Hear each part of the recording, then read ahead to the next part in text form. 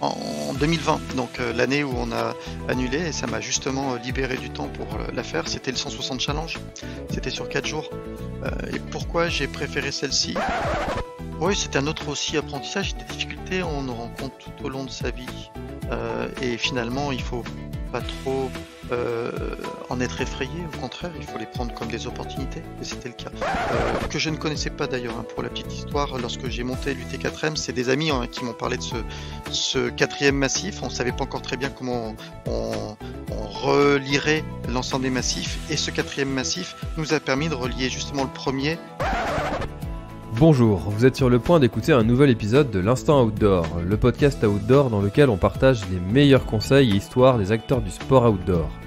Mon objectif est de vous inspirer et vous inciter à bouger en conservant votre santé grâce aux conseils et retours d'expérience pour se lancer et progresser dans votre sport.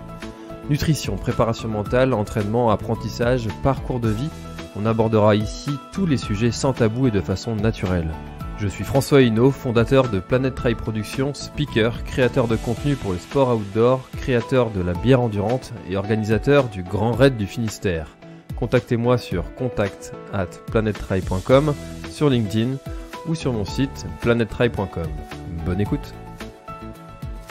Bon, alors aujourd'hui je suis avec Sébastien, et Sébastien c'est l'organisateur de l'UT4M, une très très belle course qui a lieu à Grenoble, une zone que je connais bien, un petit peu maintenant pour l'avoir pratiqué pendant le DU Trail Running de Grenoble que j'ai passé en 2021.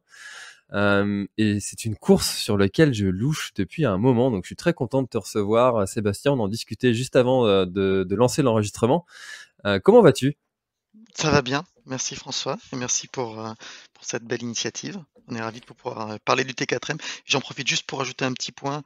Euh, je suis le fondateur de l'UT4M.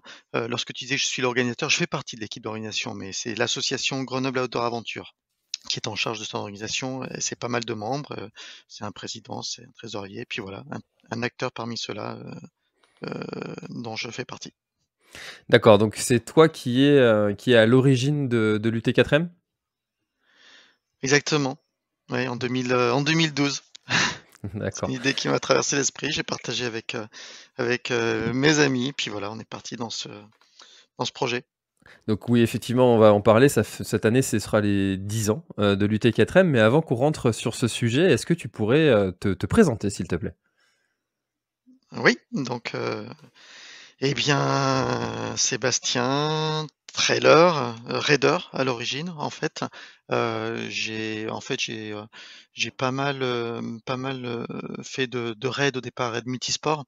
C'était ce qui me motivait le plus, hein, c'était l'alternance de pratiques sportives, que ce soit de la course à pied évidemment, mais aussi du VTT, du canot, et cetera. Et puis, avec le temps, bah, j'ai concentré, mon temps disponible sur, l'activité course à pied. J'ai basculé sur le trail. J'ai fait pas mal de trails aussi, des très longs. Et puis voilà, un jour j'ai eu envie de lancer, bah, notre course sur Grenoble. Le raid en France, alors tu m'arrêtes si je me trompe, mais j'ai l'impression qu'il a connu quand même une sacrée perte de vitesse, et notamment pour des soucis d'organisation, parce que c'est très compliqué à organiser, plus compliqué qu'un trail encore. Ça demande beaucoup d'autorisation, de bénévoles, c'est beaucoup de temps. Tu confirmes ça ? Alors, moi, je l'ai jamais vu sous l'angle organisateur, le raid, donc ça me sera difficile de juger effectivement de la difficulté en termes d'organisation. Je confirme effectivement la perte de vitesse, on va dire, hein, de cette pratique au fil du temps. Ça se voit tout bonnement dans les revues spécialisées, hein, entre autres. Ceci étant, il y a, la dimension de ces raids d'aventure, hein, les raids vraiment, très longue distance, qui eux perdurent. Moi, je me souviens quand j'ai commencé, le raid, c'était la fin des raids gauloises, et ça m'avait fait rêver. Mais dans la foulée, il y a d'autres raids, internationaux, hein, qui se sont créés, et là, c'était à nouveau très motivant, et ça perdure en fait, hein, cette partie-là. Je sais qu'il y a Raid in France qui a eu lieu, enfin je crois que ça a lieu ou ça va avoir lieu sous peu, un très gros raid, et voilà, ça fait partie de ces épreuves, quand on les pratique, on en ressort, transformé quoi. C'est vraiment une expérience incroyable. Mais c'est enfin voilà, ça concerne un public beaucoup plus restreint aujourd'hui. C'est vrai, j'avais reçu Sébastien Réchon, sur le podcast, un très bel épisode qu'on avait fait ensemble et qui est pratiquant de raid comme ça. Alors pour ma part, j'en ai fait quelques-uns et c'est toujours des très bons moments et surtout que, alors, j'ai l'impression que bien souvent ça se fait aussi en équipe et le fait de pouvoir partager ça avec, 1, 2, 3, 4 personnes aussi, ça rend, l'épreuve, aussi intense. Et ça fait toujours de très bons souvenirs. En fait, moi, j'en ai de très bons souvenirs des quelques raids que j'ai pu faire. C'est toujours de très bons moments. J'ai la même expérience que toi en fait. Effectivement, cette cohésion dans le groupe, indispensable, hein, parce qu'autrement ça fonctionne pas. Parfois c'est une cohésion qui est difficile à atteindre, mais effectivement ça n'en fait que des souvenirs encore plus mémorables, quoi. Enfin c'est ancré, au fond de soi. Mmh. Moi, j'ai ce souvenir des passages en run and bike où tu es obligé, pour le coup, de regarder quel est l'état de fatigue de l'autre. Non, c'est toujours. Enfin, ouais, moi, j'ai des très bons souvenirs de ces moments de raid. Et d'ailleurs, je pense que j'en referai. Ça redonne envie. C'est ça, c'est ça. À discuter, ça rappelle de bons souvenirs. Et puis tu te dis, bah, tiens, pourquoi pas, ouais. Alors du coup, l'UT4M, l'idée, t'es arrivé, comment et pourquoi avoir lancé cette course, qui est maintenant une référence, en France? Oh bah, moi à l'époque donc je courais effectivement pas mal donc j'arpentais les, les parcours, enfin les chemins, autour de Grenoble, hem, que ce soit d'ailleurs à pied ou en VTT, hein, la plupart du temps. Et puis en fait, mon frère cadet, Simon, hem, a lancé c'était en 2008, je crois, un autre ultra, un très grand ultra, bien connu aussi, hein, qui s'appelle le Grand Raid des Pyrénées.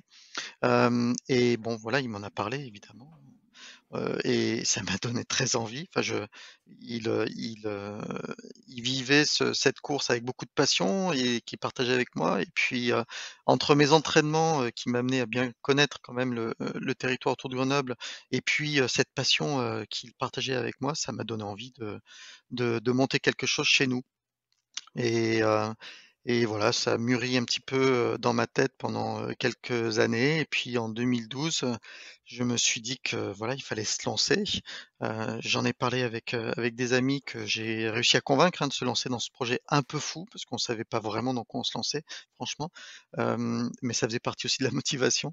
Et puis voilà, il nous a fallu en fait, lorsqu'on a décidé de lancer l'UT4M, la première question qui nous est venue à l'esprit, c'est: «Est-ce qu'on fait ça pour 2012?» On était début 2012. Et puis assez vite, on s'est dit quand même 6 mois, ça va être tendu. Donc il faut qu'on se projette sur 2013 plutôt, qu'on se donne 1 an et demi pour, construire le projet. Et c'est effectivement ce qu'il nous a fallu. Et voilà, 1 an et demi après, ben, on avait notre première édition. Alors c'est marrant que tu parles du Grand Raid des Pyrénées parce que c'est mon premier ultra, le Tour des Cirques, le 120 kilomètres et c'est une course, enfin le Grand Raid des Pyrénées que les Bretons, apprécient particulièrement. Il y a beaucoup de Bretons qui se rendent là-bas. C'est assez facile du coup pour nous d'accès, c'est plus facile les Pyrénées que les Alpes, et il y a beaucoup de Bretons qui s'y rendent et c'est une très belle course aussi, le Grand Raid des Pyrénées. Tu le disais, quand on est organisateur, on se rend pas compte forcément au début de la tâche qui nous attend et peut-être heureusement. Tu dirais que si tu avais su, tout ce qui t'attendait comme épreuve, comme péripétie, est-ce que tu te serais vraiment lancé dans cette aventure? A posteriori, oui. Oui, même si, année après année, c'était des difficultés rencontrées et qu'il fallait à chaque fois bah, les dépasser. Mais oui, parce que c'était des grands moments. Enfin, il y a eu des moments d'émotion, très forts, et qui, voilà, enfin, moi, je suis ravi d'avoir pu, vivre. Mais heu, oui, c'est un autre aussi apprentissage. Des difficultés, on en rencontre tout au long de sa vie, et finalement, il faut pas trop, en être effrayé. Au contraire, il faut les prendre comme des opportunités et c'était le cas. Bah, maintenant, je dis ça, mais en même temps, au fil des années, l'énergie en fait nécessaire pour construire tout ça, elle s'étiole et effectivement il faut trouver les ressorts qui permettent de repartir, hein. C'est clair que la vie n'est pas complètement rose quand on organise, du tout. Il y a des grands moments d'émotion qui, eux, nous marquent. Il y a des grands moments de solitude aussi. Mais bon, c'est la nature humaine, je crois, de finir par oublier, ces moments de solitude pour ne conserver que les bons moments. Il faut un peu de temps parfois, mais on y arrive. Et puis, c'est vrai que quand on arrive à une taille d'événement, aussi importante que l'est l'UT4M, hem, c'est des fois aussi des moments où on est attendu, sur certains sujets comme étant, référent, heu, ou porteur de messages. C'est parfois lourd à porter, contrairement à une organisation qui va débuter, où il va y avoir, peut-être moins de participants, qui vont être un peu moins attendus. Tous ces sujets de l'environnement où, vous devez, maintenant être attendu et être des exemples. Comment est-ce que vous, en tant que grosse organisation, vous abordez tous ces sujets-là? Bah, au sein de l'association organisatrice, en fait, hein, c'est typiquement, si on parle d'éco-responsabilité, c'est une thématique qui mûrit, bah, chez chacun d'entre nous, en fait, hein, à un titre, collectif, hein, pas que dans le domaine du trail, évidemment pas qu'à l'UT4M. Mais voilà, à l'UT4M, il y a depuis quelques années, cette prise de conscience qu'on peut être, encore davantage acteur et donc voilà, c'est un sujet qu'on partage, c'est, lors de nos réunions hebdomadaires, hein. Il faut savoir qu'on a des réunions toutes les semaines, en fait, tout au long de l'année.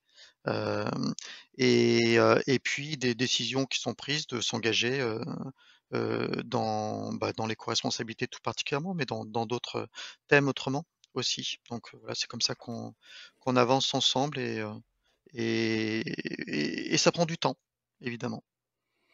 Est-ce qu'il y a des choses que vous aimeriez faire, mais que vous ne pouvez pas parce que vous êtes, typiquement une organisation qui est déjà installée depuis, 10 ans et que, peut-être les coureurs s'attendent à avoir certaines prestations et s'ils ne les avaient pas, ils seraient déçus à la fin? Je pense par exemple au low finisher, au balisage, au ravitaillement avec, plein de choses disponibles, enfin ce genre de choses que peut-être vous aimeriez modifier, mais qui sont compliquées parce que les coureurs s'attendent encore à avoir, certaines choses, sur les courses sur lesquelles ils s'inscrivent. Est-ce qu'on se met des freins? Parfois, oui, effectivement, cependant après quand on a des convictions et bien on on avance, hein, on dépasse ces freins. Tu parlais des low finishers. C'est un sujet qu'on a abordé, à de multiples reprises et puis, cette année, on a pris une décision. L'UT4M est labellisé, Grenoble Ca événement Grenoble Capitale Verte de l'Europe 2022. Ça veut dire qu'en fait, cette année, on a souhaité, accélérer notre, mutation vers, plus d'éco-responsabilité et entre autres décisions qu'on a prises, c'est effectivement davantage d'approvisionnement, en local, et donc notamment, bah, plus de t-shirts, pour les finishers parce que les t-shirts, en fait, ils sont approvisionnés de très loin et souvent ils atterrissent, finalement dans un placard, donc c'est réellement un un élément de pollution, enfin voilà, qui est pas du tout éco-responsable. On accumule les t-shirts chez nous, et c'est pas raisonnable. Donc, du coup, on a essayé de réfléchir à d'autres, lots qui pourraient davantage servir parce que moins, courants et heu, qui soient, fournis localement. Ça, c'est aussi un autre élément, important et du coup, qui auront moins d'impact, écologique. Mmh. C'est intéressant parce que, sur le sujet justement des low finishers, il y a Run Motion Coach qui a sorti le baromètre du running, 2022. Run Motion qui a été, l'un des partenaires du podcast.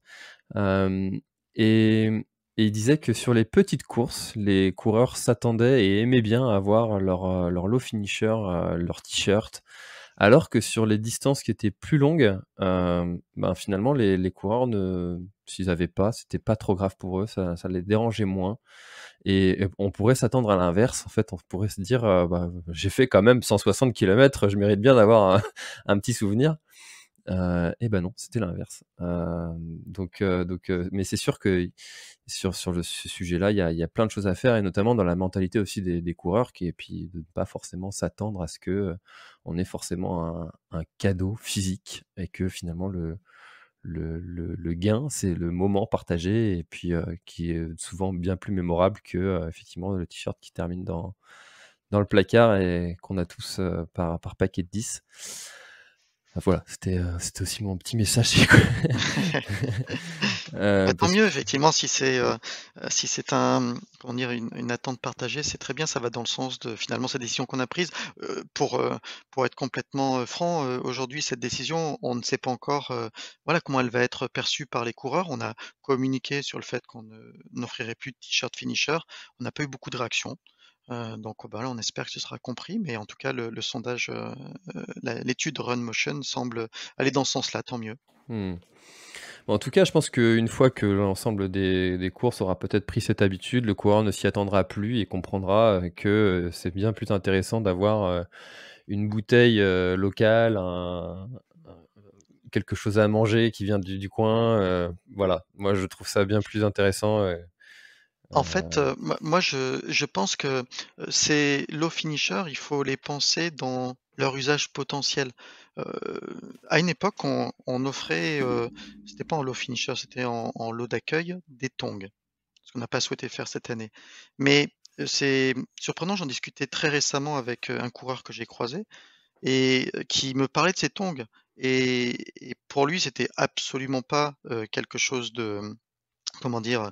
De d'anti-écologique parce que de toute façon il utilise les tongs. Donc, les tongs, il en achète ou il utilise celles qu'on lui avait offertes en l'occurrence et et il les use et donc, c'est toujours la même chose en fait. Les produits, la meilleure solution, c'est de les garder, les utiliser, les consommer. Effectivement, si c'est le cas, bah, c'est un produit qui aura servi et il faut le garder le plus longtemps possible pour éviter effectivement d'en changer régulièrement parce que c'est comme ça qu'on réduit, notre impact, carbone. Mais ça ne veut pas pour autant dire qu'on va arrêter de mettre des chaussures, par exemple. c'est vrai qu'il y en a certains qui militent pour la course à pied pieds nus, je ne fais pas partie de cette équipe-là. Mais je le regarde quand même avec beaucoup d'admiration, ceux qui arrivent à faire ça. C'est sûr que le sujet des lots est un vrai sujet pour les organisateurs. Quels sont les sujets comme ça, qui sont vraiment, au cœur de l'attention d'une organisation, comme l'UT4M? Heu, alors je pense que lorsqu'on organise, il y a un sujet qui revient constamment, qui est celui des bénévoles. Celui-ci, il est vraiment, incontournable parce qu'en fait, quelle que soit la taille des événements d'ailleurs, je crois que c'est un sujet vraiment qui est primordial, et qui est une source d'appréhension, hein, parce qu'à la fin, il faut quand même avoir le nombre de personnes requis pour pouvoir bien organiser, sans quoi ça marche pas du tout et ça peut être même, un vrai problème de sécurité. Donc c'est un sujet, qui nous anime toute l'année, et qui requiert, bah, beaucoup de temps, d'énergie, d'organisation parce que, trouver nous à l'UT4M, c'est de l'ordre de 800 bénévoles en fait, hein, ce qu'il faut qu'on arrive à rassembler autour de l'événement, et donc il faut avoir des gens qui sont focalisés là-dessus, pour y parvenir. Donc c'est vraiment un gros sujet pour nous. Et alors comment vous les faites, venir et surtout revenir? Ben, on essaie de faire en sorte que ce soit, un un moment de vie, mémorable pour eux aussi. Donc voilà, on essaie de faire au mieux pour que cette aventure où ils font, bah, don de leur temps, elle leur apporte également, beaucoup de satisfaction. Alors, on n'est pas les seuls à devoir intervenir là-dedans, hein, parce qu'en face, il y a aussi des coureurs, hein, qui sont accueillis, et qui doivent également, garder ça à l'esprit, pour éviter soigneusement que ces bénévoles, à un moment donné, se disent: «Mais finalement, pourquoi est-ce que je suis venu dans cette galère, quoi?» Il faut pas que ce soit une galère pour eux, au contraire. Et c'est essentiel parce qu'aucune course ne peut vivre et ne fonctionner sans tous ces bénévoles, aucune. Et les remercier, c'est une chose, mais parfois, parce que moi je l'ai vécu, je l'ai senti, même à titre personnel, parfois des coureurs, fatigués et même, excédés, peut-être par, bah, voilà, ce à quoi ils ont été confrontés. Parfois des erreurs dans l'organisation aussi. Tout à coup, ça déborde, c'est compréhensible, mais ces débordements, ils impactent, directement les bénévoles qu'ils ont en face d'eux qui sont, bah, pas forcément à même de régler ces problèmes, surtout pas à même de recevoir finalement cette frustration.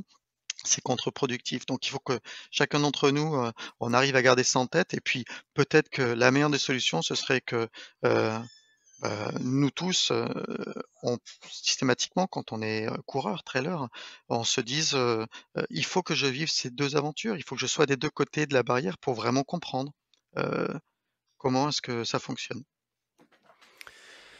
Et puis, il y a aussi le sujet de l'environnement autour de la course aussi qui peut être hostile parfois pour les bénévoles. J'avais vécu une scène surréaliste une fois sur une course où la route était coupée, pendant un laps de temps.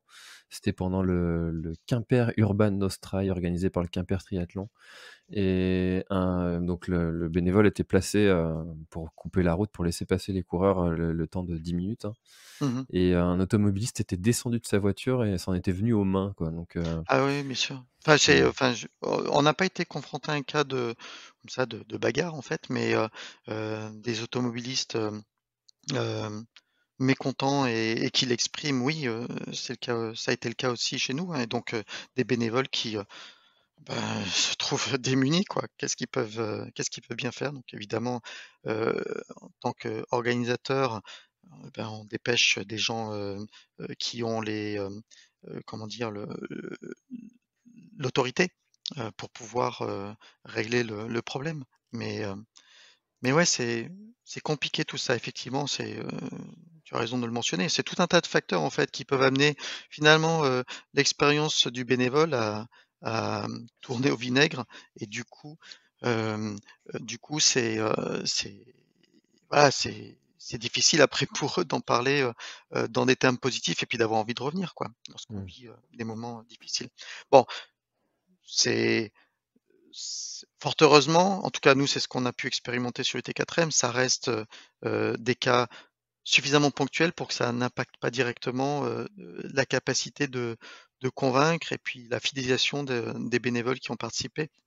Mais c'est des j en fait, on le dit dans l'industrie, un client mécontent, dans l'industrie, il en parle à dix personnes quoi, en Ils gros. ouais.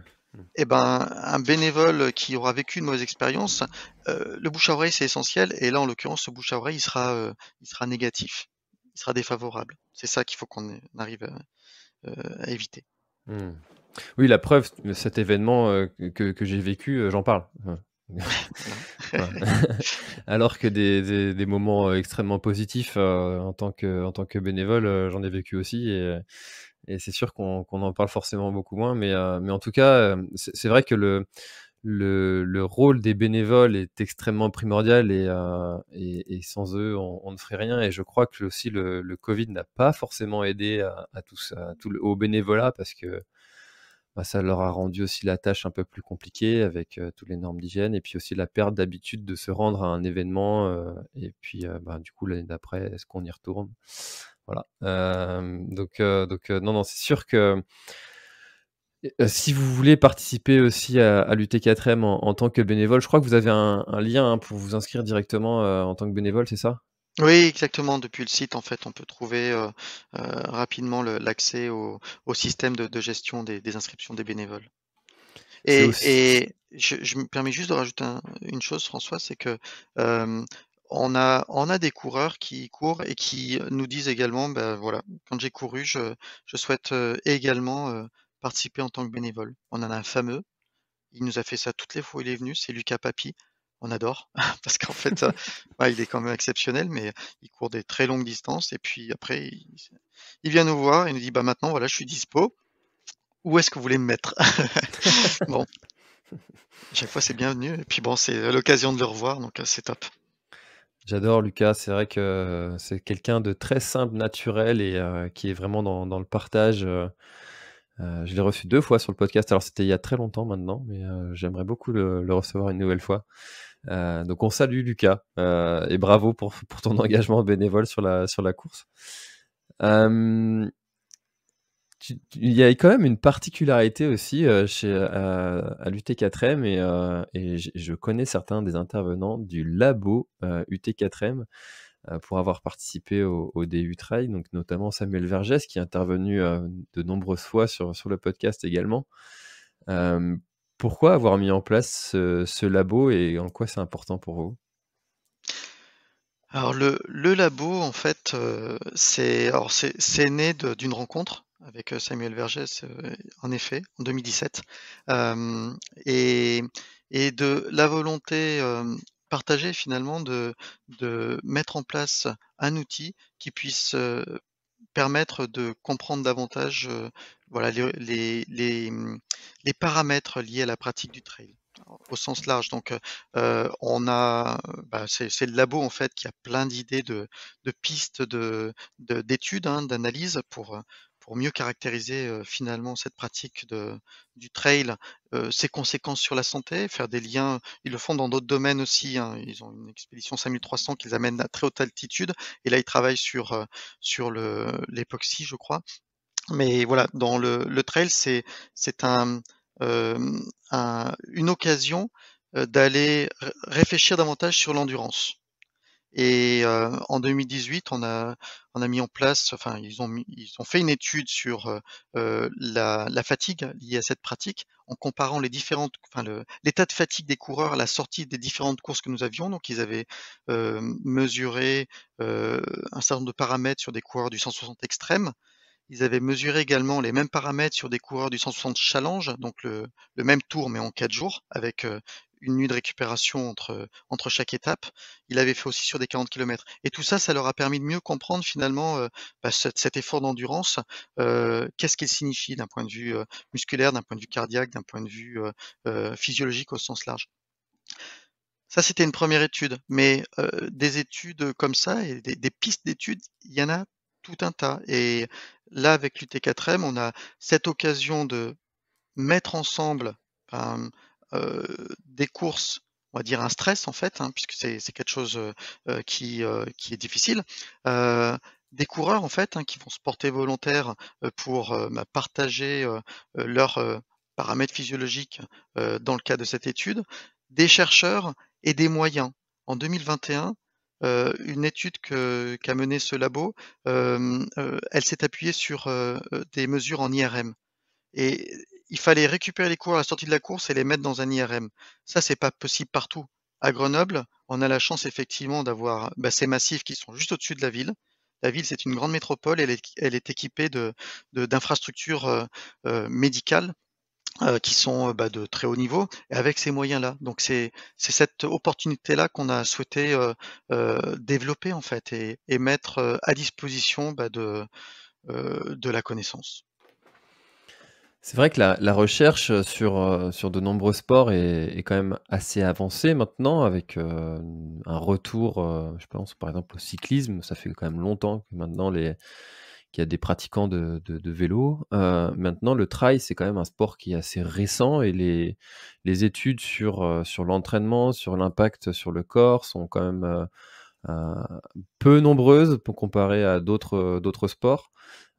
Et c'est très bien d'avoir ce terrain de jeu. Effectivement, ça doit être compliqué d'organiser des études sur de nombreux territoires et on découvre aussi des choses qui sont contre-intuitives, par exemple sur le cartilage du genou, il y a une étude qui avait été menée, sur le T4M où, finalement quand on fait l'UT4M en 4 fois, hein, comme vous avez le l'UT4M Challenge, hem en 4 fois 40 km, eh bien, le cartilage du genou, au bout d'un mois de mémoire, j'espère ne pas dire de bêtises, n'était Alors toujours pas revenu à la normale, contrairement aux 160 ceux qui l'ont fait d'un coup, quoi. Alors, non, je vais revenir sur ce point parce que, l'étude qui a été réalisée, cette comparaison, hein, cette étude comparative entre, les 2 courses extrêmes et challenge, elle a permis d'arriver à des conclusions plutôt sur la capacité de récupération, de la fatigue et effectivement, ce qui était contre-intuitif, c'est le fait que, hem, sur le 160 challenge, les coureurs avaient été comment dire? Avaient une fatigue dans certains domaines plus importante que ceux de l'extrême qui avait fait la course non-stop. Et qui est effectivement au bout d'un mois, c'était le cas. Après tu parlais de l'étude, sur l'articulation du genou. En fait, ça fait partie de ces études qu'on a réalisées en 2021 et pour lesquelles, les analyses sont toujours en cours. Donc, c'est une question clé, qu'on se pose et on attend les conclusions, avec, beaucoup d'impatience en tout cas à l'UT4M et on partagera évidemment, de donc les conclusions de, l'impact, de la pratique sur le genou. Je ne sais pas encore, te dire, j'en ai discuté il y a pas très longtemps avec Samuel Vergès, ils sont toujours sur ce sujet-là donc, c'est pas encore, conclu. Quel est l'impact? S'il est, négatif, donc avec comment dire? Une, hem, un impact visible au-delà de 1 mois, enfin un problème de récupération somme toute, ou si c'est relativement neutre. Enfin moi je saurais pas encore, expliquer. Je sais que Samuel, travaille toujours dessus et puis, dès qu'il aura ses résultats bien confirmés, puisque on est sur une approche réellement scientifique, hein, donc ils prennent le temps qu'il faut pour être sûrs de leurs conclusions. Je sais qu'il reviendra vers nous et nous donnera tous les détails. Bon, tu fais bien de l'avoir, précisé, du coup, ça veut dire que j'ai mélangé, 2, deux 2 études. Hem Sur l'UT4M, vous avez beaucoup de courses. Est-ce que c'est une volonté de l'organisation de pouvoir permettre à chacun de trouver, son bonheur sur chacun des formats qu'il existe? Et est-ce qu'il y a d'autres formats sur lesquels vous voulez aller, vous aventurer? Je pense, par exemple à de la marche nordique ou des courses encore plus courtes. Alors oui, on a beaucoup de courses, on a beaucoup de enfin beaucoup, on doit avoir, on va dire, ouais, 6 formats de courses différents puisque on a, bah, le 160 extrême, donc c'est le tour complet non-stop. Là, on est sur un format similaire bah, aux autres grandes courses que tout le monde connaît. On parlait du GRP tout à l'heure, mais il y en a d'autres. Heu, on a, la formule plutôt 100 kilomètres, et en l'occurrence celle-ci, nous concernant, elle ne permet de découvrir que 2 massifs. Et c'est un élément important pour nous. On a 4 massifs qui sont très différents et qui ont guidé finalement le nombre de courses que l'on a. Je vais expliquer ça juste après. Hem, on a donc, on va dire 160 kilomètres je disais, 100 kilomètres. Après on a, une formule, enfin des formules de, on va dire 40 kilomètres grosso modo et des formules de 20 kilomètres et on en a autant que de massifs. Donc du coup, bah, ça fait 4 fois 20 k 4, courses de 20 kilomètres et 4 courses de 40 kilomètres. Chaque jour, on va pouvoir aller, découvrir en tant que coureur, bah, l'un des 4 massifs de l'UT4M et après on peut décider de les combiner, et c'est ce que l'on a appelé le 160 challenge, lorsque on enchaîne chaque jour un 40 kilomètres ou le 80 challenge lorsqu'on enchaîne chaque jour un 20 kilomètres. Au total donc 12 courses. Mais finalement, heu, si cette distance, 160 kilomètres ou en non-stop ou, par étape, 100 kilomètres, 40 kilomètres, 20 kilomètres et donc ça sera 5, 80 kilomètres en enchaînant les 20. C'est ça qu'on propose. Mmh. C'est sûr que c'est très spécifique aussi à Grenoble et son environnement. Hem, à titre personnel, s'il y en avait qu'une seule que tu devrais faire, tu ferais laquelle?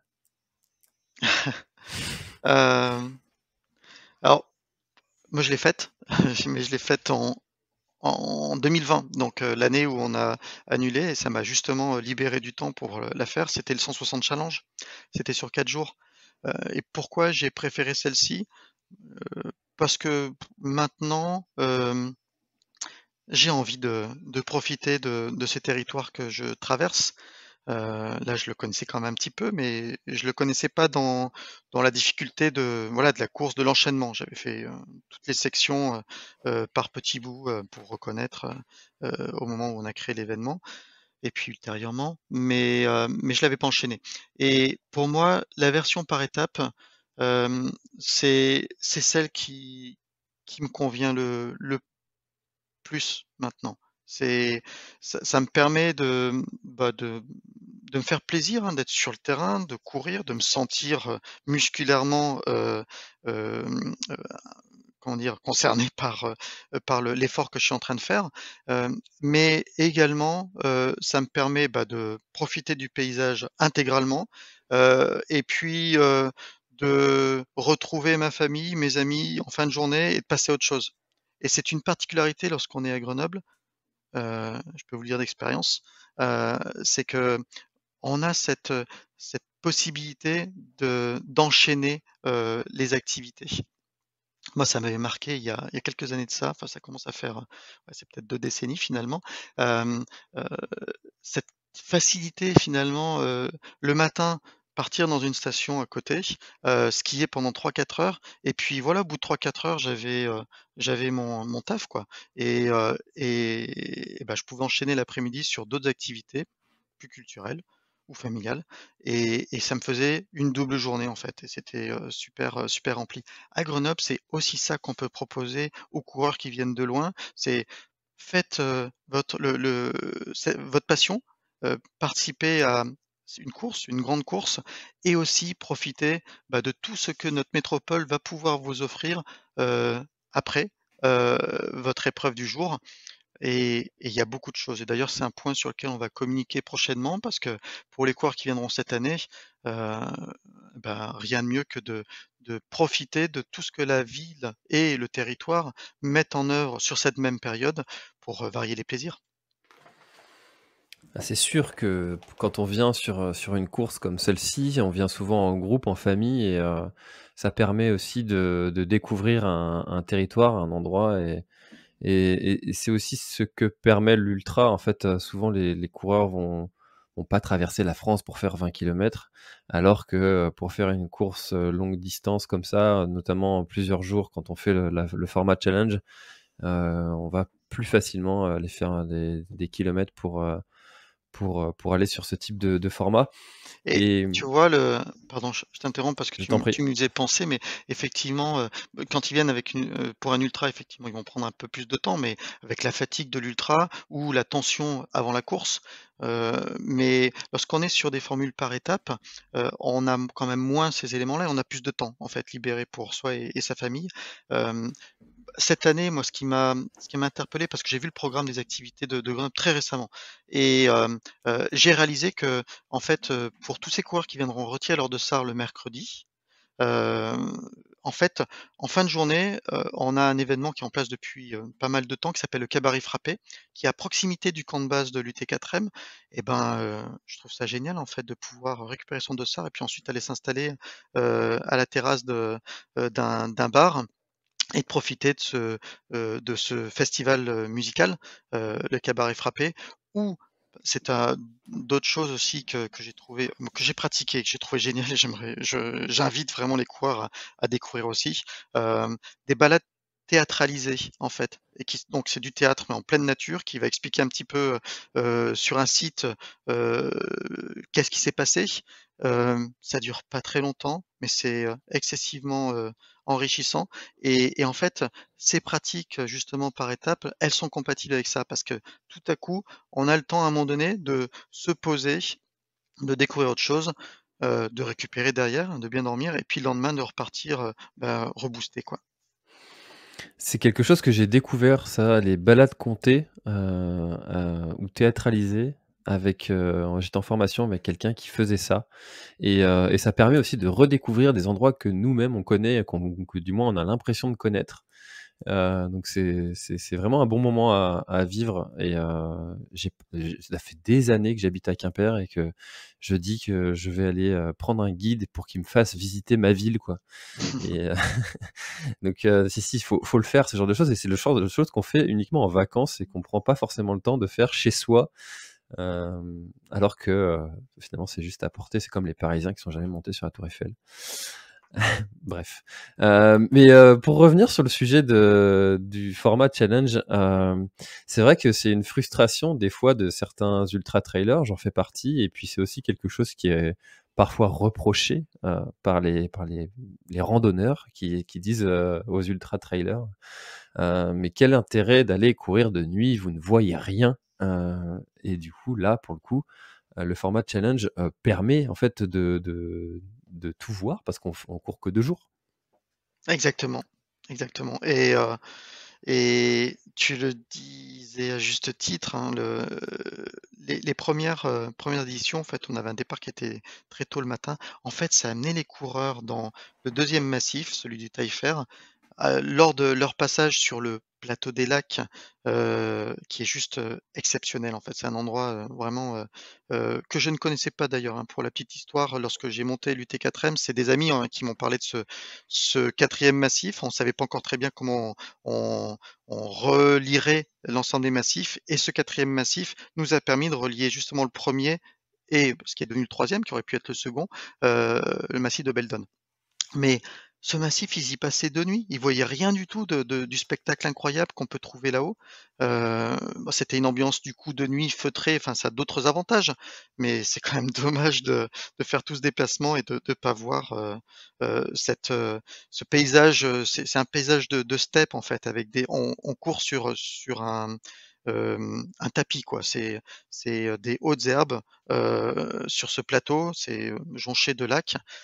C'est une vue magnifique sur les écrins et tout ça, bah, voilà, il y avait que ce sentiment de feutrage et puis de de nuit, dont profitaient les coureurs jusqu'à présent. Donc avec le challenge et ben, on a l'intégralité.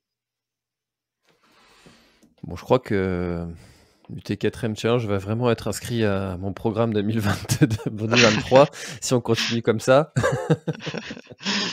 J'espère. Heu, non, c'est vraiment, c'est encore une fois, on en parlait juste avant l'enregistrement, mais c'est vrai que le format challenge, c'est un format que je pense, vraiment, avoir de l'avenir, même si, effectivement, ça donne des contraintes d'organisation, plus importantes. Est-ce que le format relais, c'est quelque chose aussi auquel vous avez pensé? Oh, on y a plus que pensé puisqu'on a organisé en fait l'UT4M en relais, les premières éditions. Hem, donc, en fait, 4 coureurs et chaque coureur, choisissait un massif. En termes d'organisation, c'était assez compliqué parce qu'on a constaté, hein, avec le temps que, les coureurs, finalement changeaient souvent au dernier moment leur ordre de départ et c'était pas évident à gérer pour nous. Donc, bah, on s'est dit, voilà, s'ils veulent, si les coureurs souhaitent, profiter, de l'UT4M en groupe, rien ne les empêche finalement de venir, bah, sur 4 jours et puis chacun fait un massif et puis ils s'encouragent mutuellement, mais ce sera pas la formule relais en tant que telle qu'on l'avait créée au départ. Ah, c'est intéressant ce que tu avances parce que moi j'organise le Grand Raid du Finistère. Cette année, c'est l'édition 0 bis et beaucoup de coureurs m'ont dit forcément, 166 kilomètres, je suis pas capable de faire ça, mais et du coup, pour faire venir des groupes, je pensais l'année prochaine organiser une version relais, hem et donc c'est cette contrainte-là, je m'y attendais pas, tu vois? Donc Bah, c'est disons bien de qu'au niveau de la gestion des inscriptions, du coup, ça devenait très manuel puisqu'il fallait, réorganiser tout ça. Donc voilà, ça rendait les choses un peu compliquées et puis comme, en parallèle, on a ouvert les 40 kilomètres et les 20 kilomètres, il a fallu faire des choix parce que tu disais tout à l'heure, ça fait déjà beaucoup de courses, 12 courses. Donc on a préféré finalement arrêter la version relais pour, se concentrer sur les autres courses. mmh. Et nous concernant, ça fait partie aussi des spécificités peut-être sur Grenoble, mais hem, finalement les coureurs pour, lesquels 160 kilomètres ça fait beaucoup. à Grenoble, rien ne les empêche finalement de découper ça en 4 années et on a des coureurs qui l'ont fait. La première année, ils sont venus faire un 40 kilomètres dans le Vercors. Ensuite, ils ont enchaîné l'année suivante sur, celui, du Taillefer et puis voilà, au bout de 4 ans, ils ont tout découvert. Et ça aussi, c'est une solution qui leur plaît bien. Moi, j'ai eu plein de retours là-dessus. Et j'en profite parce que j'ai oublié d'en parler tout à l'heure, mais je là aussi j'ai eu quelques retours, donc ça me semble, être assez cohérent avec l'idée qu'on s'en faisait. À l'UT4M avec ces 12 courses, ça nous permet finalement, d'offrir aux coureurs la possibilité d'organiser leurs propres défis et donc c'est ce qu'on appelle le trail à la carte.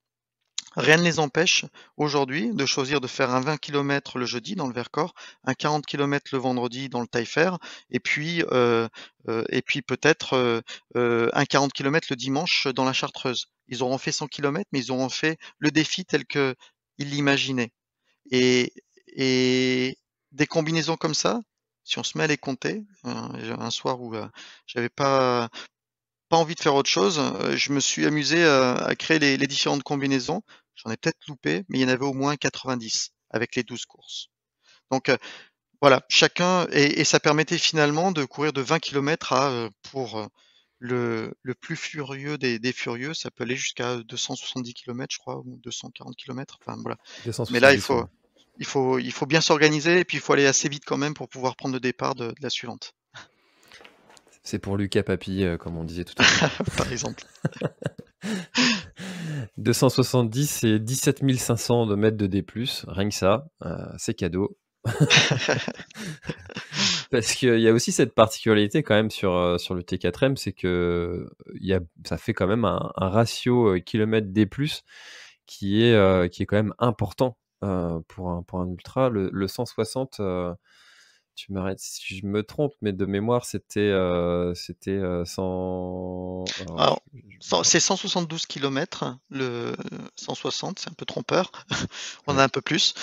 Et puis 12 c'est 000. 12 200 mètres de dénivelé positif, ouais. Ça fait quand même un beau chiffre, hein. Oui, et puis en fait, c'est une chose, ça fait un bon ratio, tu as raison. Mais en plus de ça, finalement, les sections, on va dire, grimpeurs, elles sont concentrées. Hem, et on y trouve, bah, des vrais kilomètres verticaux, hein. C'est-à-dire que lorsqu'on vient faire l'UT4M, on a la difficulté de la distance, on a la difficulté du dénivelé et on a la, difficulté de, la, l'inclinaison quoi, des pentes. Heu, lorsqu'on arrive à mi-parcours à Rio-Pérou, devant soi, c'est un mur que l'on a. On est au fond de la vallée de la Romanche, on est entouré des 2 côtés par le massif du Taillefer et le massif de Beldon et je peux vous assurer que, lorsqu'on est là-bas, on se demande par où on va passer et en l'espace de 3 kilomètres, on fait 1000 mètres de dénivelé et ça, ce sont les coureurs de l'ultra qui le font. Donc clairement, ces coureurs-là qui finissent, chapeau, parce qu'ils ont enchaîné les difficultés. Ils ont fait des kilomètres verticaux, ils en ont fait Heu, 3-4 parce qu'en fait l'entrée dans chacun des massifs, c'est presque un kilomètre vertical et autant d'ailleurs en descente et tout ça cumulé, bah, ça fait d'eux vraiment bah, des coureurs, incroyables quoi. C'est des exploits à chaque fois qu'ils réalisent. C'est vrai que quand on voit le profil, il y a un mélange de ça fait envie et ça fait peur quand même, hein, C'est ça qui heu, plaît, hein. C'est ça qui motive. Il c'est faut, sûr. cette part de peur bah, pour trouver au fond de soi les ressorts et bah, finalement, réaliser qu'on y arrive, quoi. Mmh. Est-ce que tu as une anecdote, un souvenir, quelque chose de particulier en tant que fondateur à nous partager? J'en ai On plein. l'a pas préparée celle-là, hein, c'est Ah non, mais j'en ai tellement. Enfin, hem, moi des moments forts sur l'événement, j'en ai eu une multitude. C'est d'ailleurs, je disais en introduction, oui, je le referai.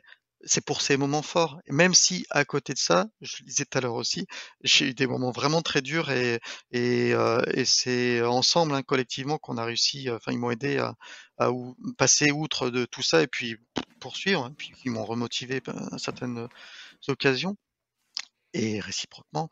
Mais alors je moi, le 1 souvenir qui me vient à l'esprit, c'est cette anecdote, Heu, finalement, c'est une coïncidence, l'UT4M. Parce qu'au-delà de l'envie, c'est une chose, mais ensuite il faut convaincre et sur Grenoble et sur le territoire, on connaissait pas, les collectivités lorsqu'on a lancé le projet et il fallait quand même réussir à leur expliquer quel était le projet, et à les rassurer, sur notre capacité à l'organiser correctement et puis les convaincre de l'intérêt pour eux de s'engager. Et là, j'ai rencontré enfin, j'avais un ami qui travaillait pour l'office du tourisme qui en a parlé, à son directeur et le directeur, il a tout de suite adhéré et lui nous a ouvert des portes et sans ce point d'entrée, l'UT4M n'existerait pas, j'en suis convaincu. C'est vraiment pas évident de trouver, heu, ces portes d'entrée. Sur un projet aussi ambitieux d'ailleurs, parce qu'en fait, lorsqu'on a créé l'UT4M, on n'avait pas d'expérience, on n'avait rien à montrer, sur notre capacité à réaliser quelque chose comme ça et donc ça pouvait être assez inquiétant pour ces gens-là. Donc voilà, ça c'est une anecdote. Après, une autre aussi qui m'a beaucoup marqué, on est bien conscient de la difficulté de l'épreuve, heu moi, j'ai ce souvenir d'un des d'un des derniers coureurs qui est arrivé, c'était en 2014, je crois, donc la deuxième ou la troisième édition, et en fait, il avançait en crabe à l'arrivée, tellement il était, fatigué et voilà, c'est une image qui m'a marqué parce que tout à coup, je me suis dit: «Mince, ils se mettent dans ces états-là, quoi». Mais bon, derrière, tout s'est bien passé, hein. Mais voilà, c'est des gens qui ont une force mentale, qui les amène à se dépasser. Mais bon, des anecdotes comme ça, des points de blocage levés, des messages de plaisir et de satisfaction, il y en a tellement. C'est tout ça qui nous motive. C'est vrai que pour être organisateur, d'événements comme ça, il faut avoir une part de folie, je pense, parce que c'est quand même des responsabilités assez importantes et c'est aussi une capacité à résoudre des problèmes et à garder son sang-froid, face à certaines situations qui peuvent être, vraiment, vraiment, perturbantes. Je l'ai encore vécu ce week-end avec, un ami organisateur, qui fait partir tout le monde et puis 10 minutes après, orage. Bah, oui, mais du coup, qu'est-ce que tu fais? Tu as 250 coureurs dans la nature, sous l'orage. Mmh. Bon, ben, voilà, faut savoir aussi, accepter, ce genre de moments, qui peuvent être très stressants, mais qui sont surmontés en équipe, parce qu'on n'est jamais seul en tant qu'organisateur, heureusement. Mmh. Et tu le disais, c'est quand même, aussi la capacité à réunir, cette équipe qui fait aussi le succès de l'épreuve. Ouais, oui, il faut une équipe, soudée, heu, une équipe qui va, qui va se soutenir en fait et puis travailler ensemble, à résoudre les problèmes. Tu as raison, en fait, l'organisation d'un événement, quel qu'il soit, c'est, la planification, c'est l'organisation au maximum, de telle sorte qu'en fait, on se libère un maximum de temps pour gérer les imprévus le jour de l'événement et il y en aura. Et et tu vois, tu donnais l'exemple, tu me demandais les anecdotes et tu donnais l'exemple de cet orage. Heu, Moi, j'en ai un peu similaire, et qui avait fait l'objet de discussions avec les coureurs. Je crois que c'était en 2016. Mais on était, évidemment, sur un événement comme ça, on fait appel à un routeur météorologique, hein, pour suivre au plus près l'évolution de la météo et il nous avait prévenu d'un épisode orageux fort qui, devait arriver, heu, je pense que c'était le samedi de mémoire, hem et donc il a fallu qu'on active, nos solutions alternatives de parcours. Hem, Au moment où on l'a activé, il faisait excessivement beau. excessivement chaud, en fait, aussi. Et franchement, les coureurs, lorsqu'on leur dit: «Ben, il va faire un temps pourri et on peut pas passer sur les lignes de crête et les sommets parce qu'en fait, il y aura de l'orage, hein, il y aura de l'éclair et il faut qu'on active tout ça, très vite parce que une organisation comme l'UT4M, c'est un paquet de monde sur le parcours, sur les 172 kilomètres et des gens qui sont là pour, sécuriser le parcours, mais qu'il faut également mettre en sécurité avant que l'orage arrive. Donc il faut leur laisser le temps aussi, d'évacuer le terrain, mais une fois qu'on a libéré le terrain des coureurs. Et donc, on active notre repli. Les coureurs voient ce temps magnifique et se disent: «Mais pourquoi ils me permettent pas d'aller sur le grand colon?» Et en fait, 3 heures après, l'orage était bel et bien là, il était violent et on avait pu mettre à l'abri, donc redescendre en fait par rapport à ces points hauts, l'intégralité, des acteurs de l'UT4M, que ce soit les coureurs et également les bénévoles et les accompagnateurs, qui étaient sur les sommets et les secours. Donc voilà, il y a une latence en fait, c'est un paquebot parfois on se dit qu'on mène et qui peut amener à des incompréhensions. Puis après il faut expliquer, il faut essayer de,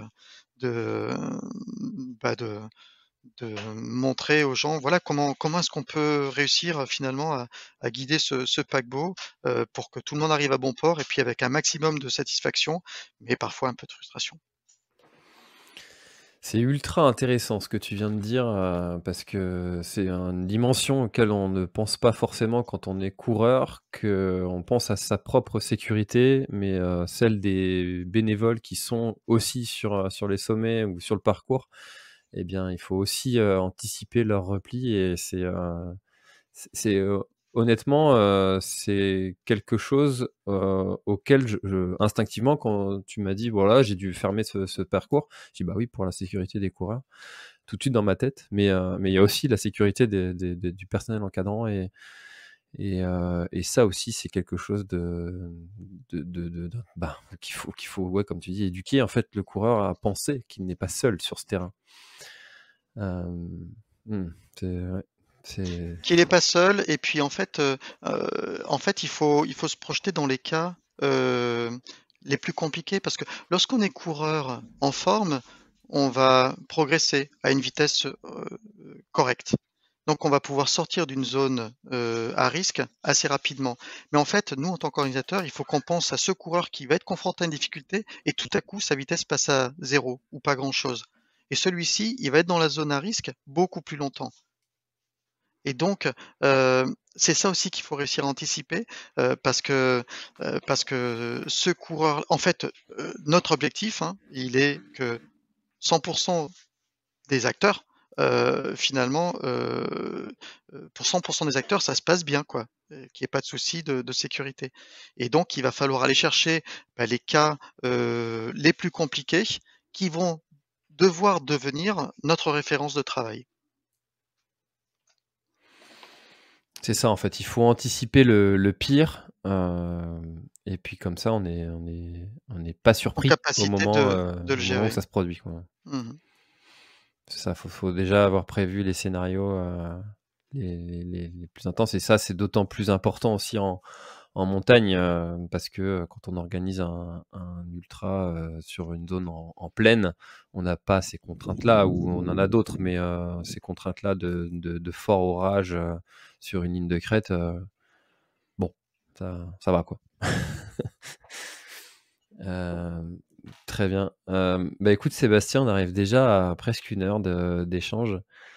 C'était très intéressant en tout cas de pouvoir, partager, tous tes conseils et puis aussi toute ta connaissance de cette zone. Est-ce qu'il y a quelque chose dont on n'aurait pas parlé et que tu aurais aimé ajouter, peut-être pour clôturer notre échange? Écoute, tout d'abord, je tiens à te remercier, hein. C'est une belle occasion finalement de partager, moi, mon expérience et puis, notre envie de faire connaître nos territoires à encore davantage de personnes, donc c'est super, merci encore. Hem, heu, nous, cette UT4M, c'est ses 10 ans cette année, ça compte pour nous. 10 ans, 10 ans de joie, de bonheur, parfois je le disais de galère, mais bon voilà, le temps passe, et puis les choses avancent et on a envie que ça se poursuive donc on compte aussi sur les coureurs, je crois qu'on en parlait mais voilà, pour qu'une course existe, il faut il y a plusieurs paramètres importants. On le disait, il faut des bénévoles, il faut un organisateur, hein, évidemment, il faut des bénévoles, il faut, un soutien, parce qu'en fait, d'un point de vue financier, un événement comme ça, c'est très onéreux quand on y réfléchit bien, les inscriptions en tant que telles n'y suffisent pas franchement, hein. Il faut le soutien des collectivités, il faut les bénévoles parce que si on devait embaucher des gens à la place des bénévoles, ça coûterait, excessivement cher, mais il faut aussi des coureurs. On est là, l'événement, il s'adresse aux coureurs, aussi et donc voilà, en ce moment, on constate aussi à l'UT4M, on entend beaucoup parler sur d'autres courses qu'il y a une sorte de désaffection ou enfin, on ne sait pas très bien, heu et bien, toutes ces organisations, elles fonctionnent, sur un équilibre très fragile et ben, en tant que coureur, pensez-y quoi, c'est aussi ça, finalement de vouloir, développer, notre pratique, c'est aussi, penser comment est-ce qu'on peut s'inscrire là-dedans pour que ces organisations, ces événements perdurent. Et puis c'est un peu, nos fêtes à nous, trailers, de pouvoir se retrouver sur des événements comme ça et moi je vois toujours ces événements un peu comme une fête, la fête, un peu un festival, tu sais? Pour ceux qui aiment la musique, c'est leur festival. Moi j'aime bien ces événements-là, ça c'est un peu le festival du trailer Oui, une grande et messe en fait, enfin voilà. des grandes messes, ouais, tout à Mmh. fait. Oui, Mmh.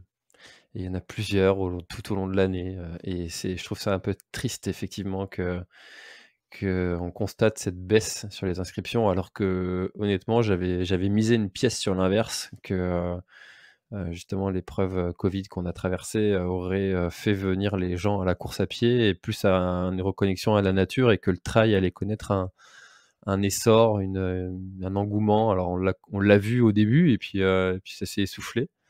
Heu, alors est-ce que ça reviendra? L'avenir nous le dira. exactement.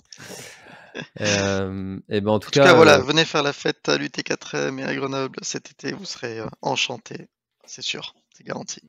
et puis si vous nous écoutez, alors, j'aime bien prendre cette date, de 2035, et bien sachez que l'événement c'est déjà plus de 20 ans et qu'il existera encore et sera encore une belle fête. En tout cas, c'est tout ce que je vous souhaite et pour ma part, je vais sérieusement réfléchir à l'inscrire au calendrier 2023, même s'il se remplit déjà très vite. Merci beaucoup Sébastien encore une fois et Merci à toi François. avec plaisir et bah, écoutez, si cet épisode, vous a plu, n'hésitez pas à le partager et aussi surtout à aller, voir si une des courses de l'UT4M, pourrait vous correspondre, peu importe votre niveau et votre forme actuelle, il y a sûrement une course qui vous correspondra. Merci Sébastien, à bientôt. À bientôt. Merci d'avoir écouté cet épisode de l'Instant Outdoor. J'espère qu'il vous a plu. Si c'est le cas, et même si ce n'est pas le cas, abonnez-vous pour ne rater aucun épisode. Parlez-en autour de vous et laissez-moi un commentaire sympathique sur Apple Podcast, c'est ce qui m'aide le plus à remonter dans les classements. N'hésitez pas non plus à le partager à chacun de vos contacts dans le sport. Chaque nouvel auditeur intéressé est une victoire. Si vous avez besoin d'un speaker pour votre événement, d'un contenu pour votre marque, d'une bonne bière artisanale bretonne, d'infos sur le Grand Raid du Finistère, n'hésitez pas à me contacter à l'adresse contact@planettry.com. À bientôt!